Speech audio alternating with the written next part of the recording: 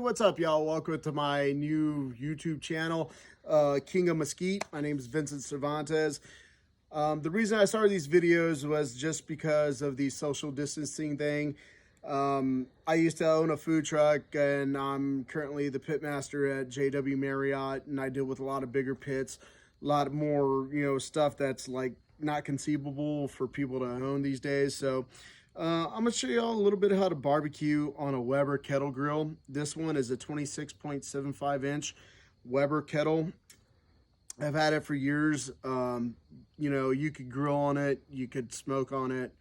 It's just, it's a great pit altogether. Has enough surface to fit, enough meat on there.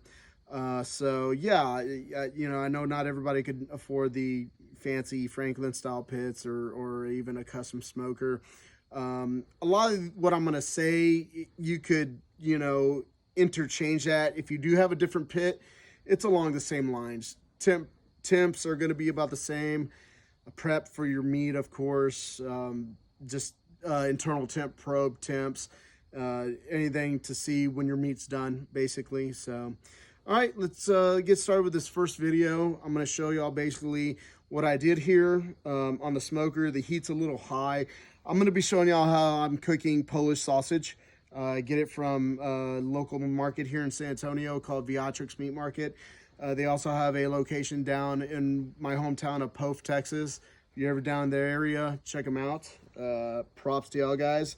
So the sausage we're doing today is going to be a jalapeno cheddar sausage and just a regular Polish fresh rings of sausage. So, all right. The way I like to set my fire up, I have enough surface space here. I will put charcoal on the bottom and line it up with some wood chips.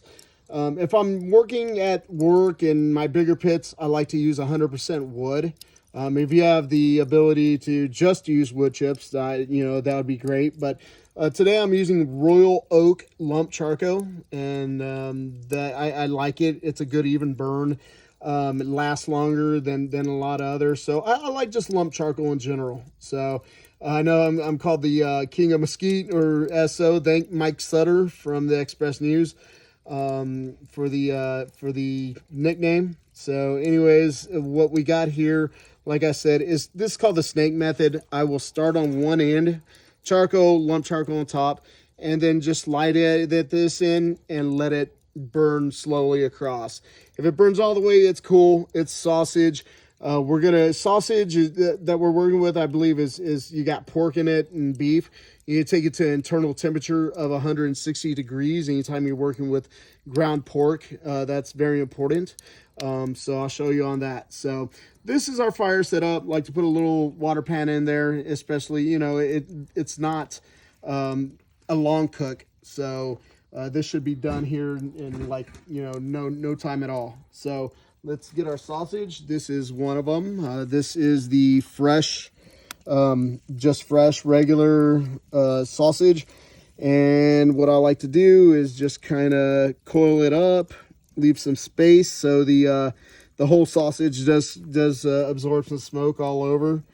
And you're not getting just one side kind of absorbing smoke rather than the other. And this one, as y'all could see, is the jalapeno cheddar. I love their sausage.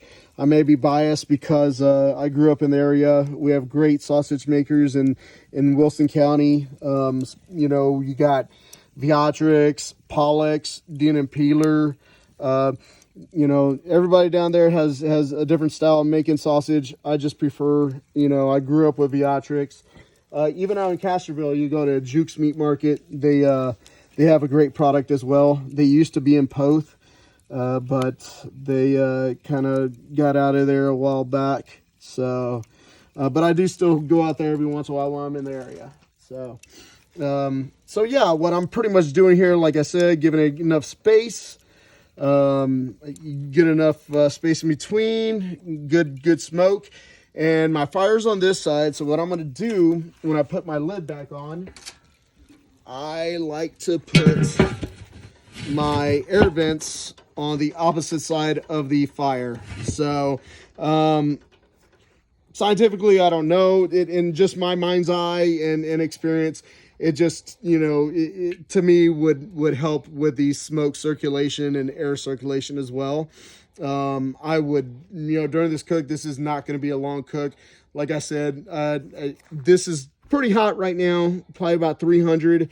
So anywhere, you know, if I'm dealing with pork or sausage or whatnot, I don't feel bad about going a little higher than 225, 250. As you can see, I'm getting a nice clean smoke, and that's great, you know, as well to know. When you're looking at your smoke, you don't want big, white billowing smoke.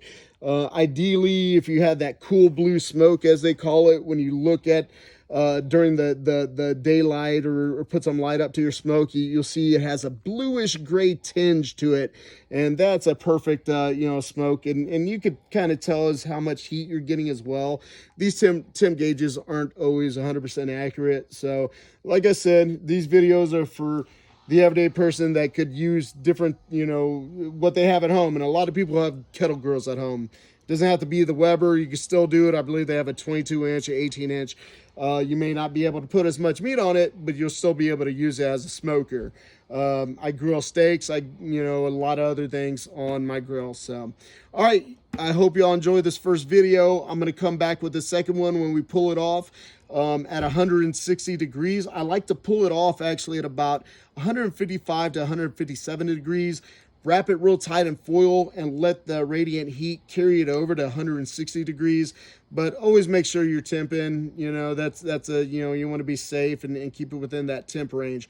So, all right, guys, I'll see y'all here in a little bit with the second video. Thank you.